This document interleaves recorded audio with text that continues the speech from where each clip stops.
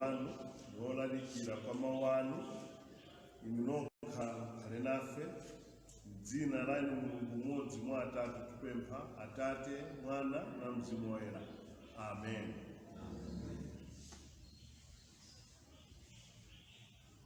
Tione mawu opezeka pa Roma chapter 6 ndidzawerenga pa verse 15 paka ufika ku verse 23. Ndidzayesa kuwerenga pang'ono kuti timvetse. Ndidzawerenga Chizungu koma ndidzayesa kumasulira mu language yomwe tingakwanitse. Romans chapter 6 verse 15 to verse 23. What then? Shall we sin because we are not under the law but under grace? By no means. Don't you know that when you offer yourselves to someone as obedient slaves, you are slaves of the one you obey? Whether you are slaves to sin, which leads to death, or to obedience, which leads to righteousness. But thanks be to God that though we used to be slaves to sin, we have come to obey from your heart the pattern of teaching that have now claimed your allegiance. You have been set free from sin and have become slaves of righteousness. I'm using an example from everyday life because of your human limitations. Just as you used to offer yourselves as slaves to immunity and to ever-increasing wickedness, so now offer yourselves as slaves to righteousness leading to holiness. When you were slaves to sin, you were free from the control of righteousness. What benefit did you reap at that time from the things you were now ashamed of? Those things result in death. But now that you have been set free from sin and have become slaves of God, the benefit you reap leads to holiness, and the result is eternal life. For the wages of sin is death, but the gift of life is eternal life in Christ Jesus. Amen.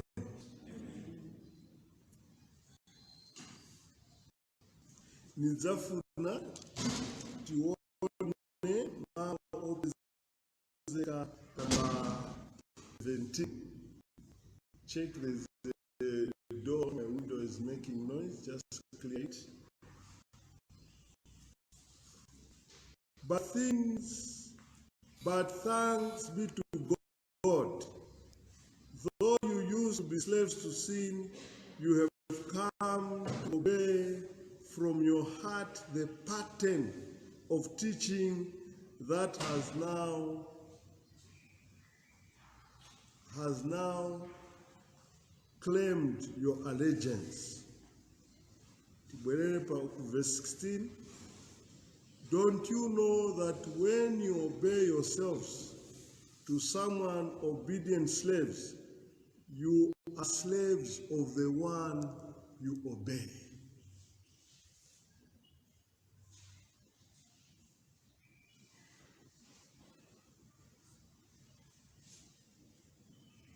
Today, I want to speak to your heart.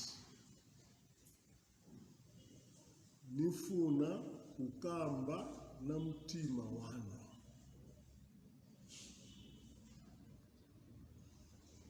baoze nanzana bafuna okamba na mtima wanu.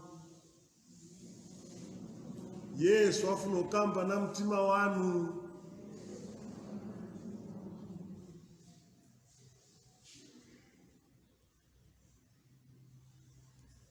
Mawu ayaluphunzitsa Paulo alukamba vintu vikulu vikulu.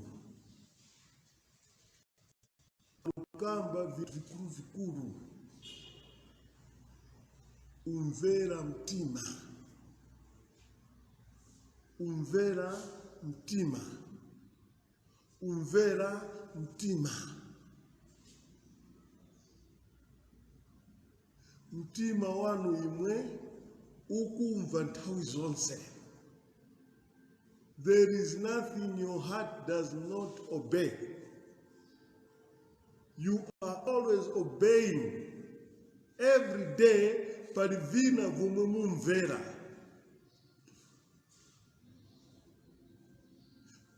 Usamba, wamvera mtima kuti samba. Ngati mtima wanu unafuna kuti musambe, mzanunga. Nishi, mwavomeraso kuti mukhale wadoti. So, whatever you are deciding, every day, whether mufuna, simufuna, there is someone you are obeying. That's why pa verse 16 hapo, Yesu alukamba chintu china chachikulu pano. Verse 16, alukamba tell, don't you know that when you offer yourselves to someone as obedient slaves, you are slaves of the one you obey? The one you obey ndiye alangiza emwalukulamulirani. The one who you obey is the one that reveals who is controlling you. And the Apostle Paul is telling us, palikapolo wa uchimo, palikapolo wa chilungamo. A slave of sin, a slave of righteousness. There is no neutral ground. Kuliba ukamba kuti, I'm not a slave of sin, I'm not a sinner of righteousness in any ripano pakati. It's either ndimwe wachilungamo or ndimwe wachimo. It's either you are a slave of righteousness or whether you are a slave of sin. Kulibe pakati. Whether mupempera simupempera, you belong where you belong. Whether mutukwana simutukwana, you belong where you are. Because you obey the one you listen to. Ndiye akulamulira. Ngati ni ukali, wamene uyo ndiye mulamuliro wanu. Ngati ni ulesi, wamene uyo ndiye alukulamulirani. Ngati ni vimaganizo vodoka, wamene hivyo ndiye alukulamulirani. Your heart. You must know your heart. Uyu mtima wanu ni ndani yemwe mulumvera. Mtima wanu uyu, kodi Yesu mumumvera, kodi Mulungu mumumvera.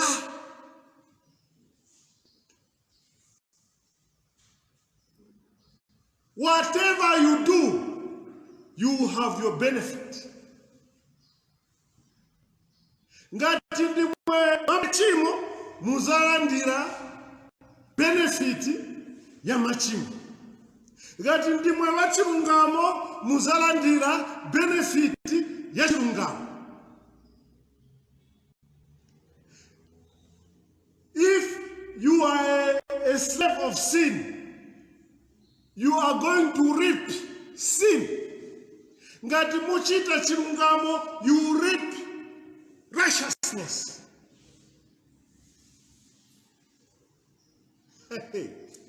Yeah. My results, yamveka. Ngati ndi mwakapolo wa chimo, muzalandira ma results ya chimo. Ngati mumvera chilungamo, you will receive the results of righteousness. Even if na muvimvetse, muvimvetse. Benefit, ripe or harvest results. Ngati unapasa kusukuru ma results, ngati unapasa bwino ukara ma results ya bwino. Ngati unapasa oipa ulandira ma results yoipa. Ngati ukuba kunchito ulandira ma results ya kuba kunchito. Ngati usebenza bwino ulandira result yomvera bwino. Your heart.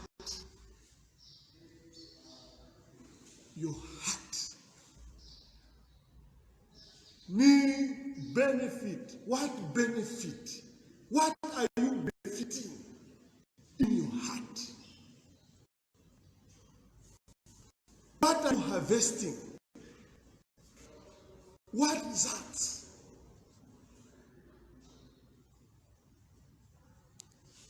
that? Example, mwana ngati ali secondary school, arulemba my exams. Aliyese mukamufunsa, mwana aliyese mukamufunsa, malingali ku school, mukamufunsa, my results mwana yazakala, yazakala bwino, yazakala bwino, yazakala bwino, yazakala bwino. Koma pomwe mudziwa kuti ma results yaipa, ngati ma results yachoka kuja ku examination council, ujana pasa bwino, dziko lonse lidziwa kuti anapasa. Hallelujah. Ngati anaseruka aminister vachitohamba kuti vanafa vanagwapo 25% vanaseruka, wose dziko lonse liona kuti chita na chita anaseruka. You should not deceive your heart. Don't deceive your heart. Don't defeat the church. Musanamiza muna vanu rakazi vanu. Don't deceive your friends. Because tsikulina zizamveka. That's why the Apostle Paul is saying, mtima wanga umve. Let Jesus change your heart.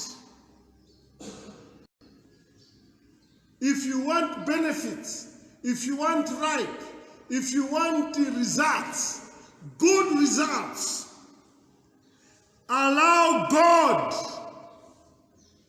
to set your heart free. Allow God to set you free. Look at verse 22. But now that you have been set free from sin and have become slaves of God,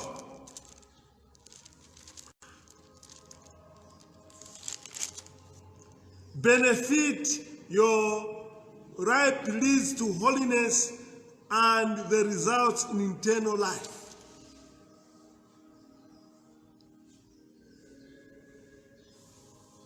Be set free. Move away from bondage. Sinidziwa whether chimo lirukula mulilani, whether chilungamo chirukula mulilani, ngati sin is controlling you, you need to be set free. If you are living in righteousness, ziribuino. Hallelujah.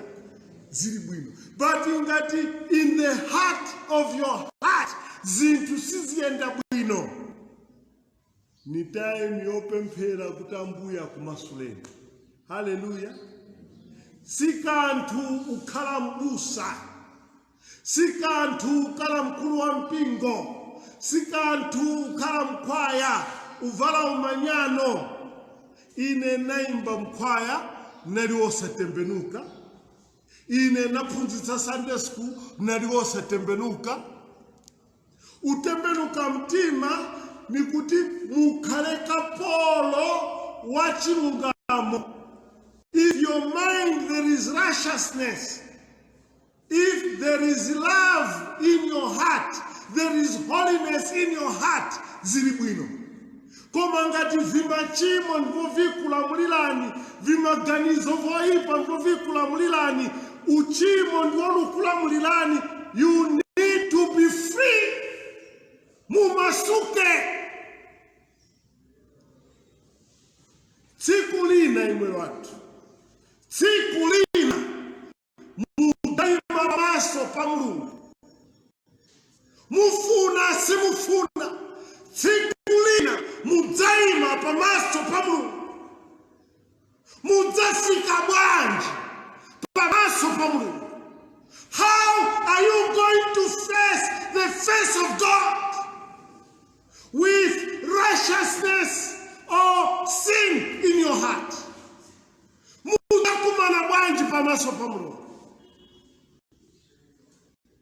It is now. Ask Jesus. Ask Jesus to set you free. Bad habits, bad behavior, wickedness, laziness, complaining, gambling, not forgiving. Allow Jesus to set you free. Sikulina mudaima pamaso pa Mulungu. Siku zakhala abusa, siku zakhala session, siku zakhala presbytery, siku zakhala synod, siku zakhala general assembly, siku zakhala barewanu, aliyense ataima wale kaoyeka pamaso pa Mulungu. Ngati nyanga mudzakumana nazo. Ngati nikuba mudzakumana nazo. You cannot hide. Your heart knows. Wanu mtima udziwa. Ngati Yesu alimo mumtima mudziwa. Ngati ndimwe chebere religious mudziwa. Ngati Yesu alimo mumtima mudziwa. Mwambo wa Mulungu ngati ulimo mwa imwe mudziwa kuti ni mwambo wa Yesu ngolutsogolera. Ngati ni mwambo wanu wa banja lanu ndiwo ukulu pambana Yesu mudziwa. Mtima simungaunamize yayi.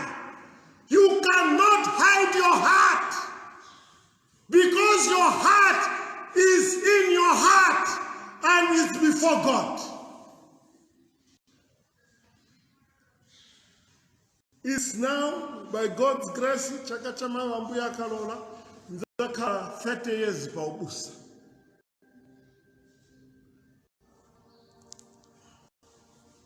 Naona zambiri. Abusa makuruku. Akula mpungo makuruku. Mayufi makuruku. Umanyano makuruku. Nkalamba makuruku. Anyamata makuruku. Tuwana makuruku. But the good news is, mtima wanu ungachinje. Mtima wanu ungachinje kwanje. Ungachinje. Mukalola Yesu to set you free. Kukani Nicodemus anabwera usiku. Anali mkulu wa mpingo olemekezeka olemu koma anali osatembenuka. Paka anabwera kwa Yesu kuti ndingachite bwanji. Yayi mubadwe kwatsopano imwe Yesu. Ine ndine wokalamba kale ndine wamkulu. Nibadwe bwanji akuti still ukamba kuthupi baba. Nutembenuka mu mzimu, mu spirit.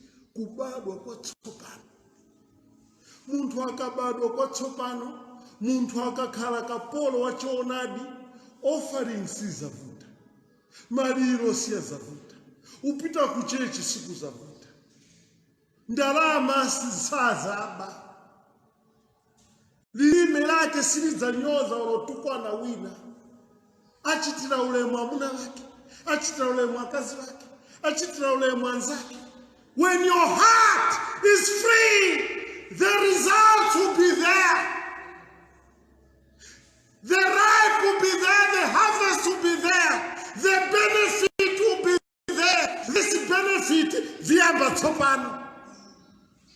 I result, viamba tsopano. Ripe result, harvest, viamba tsopano. Are you free? Kodi ndino masuka. Kodi mzimu wanu umvela Yesu. Do you obey the word of God? Do you obey the Holy Spirit? Do you obey Jesus? It's a waste of time. Ubwera kuchechi every day, chaka na chaka, mizu na mizu, koma mtima sunatembenuke. You are wasting time. Simuzafika pamaso pamaso. Saza kulandirani mulungu. Yesu saza kulandirani. Chifukwa mtima wanu. And don't say, ukanipalira yai, nikapulika yai. Muri kupulika sono. I'm preaching vangeli. I'm speaking to your heart. Musa kanene, nikapulika yai. I did not hear. Our church is confused. It's very traditional. They did not explain. Mumulandire Yesu akumasuleni. Ukuluku wanu hute. Umamamba wanu hute. Chilirime chanu choipa chite. Uvuta wakazi vite. Ndarama zoendera musecha vite. Chifukwa Yesu wachinja. Yesu wachita bwanji wachinja. Basi kodi muntu analikira bwanji. Nata nalalikira, it's over.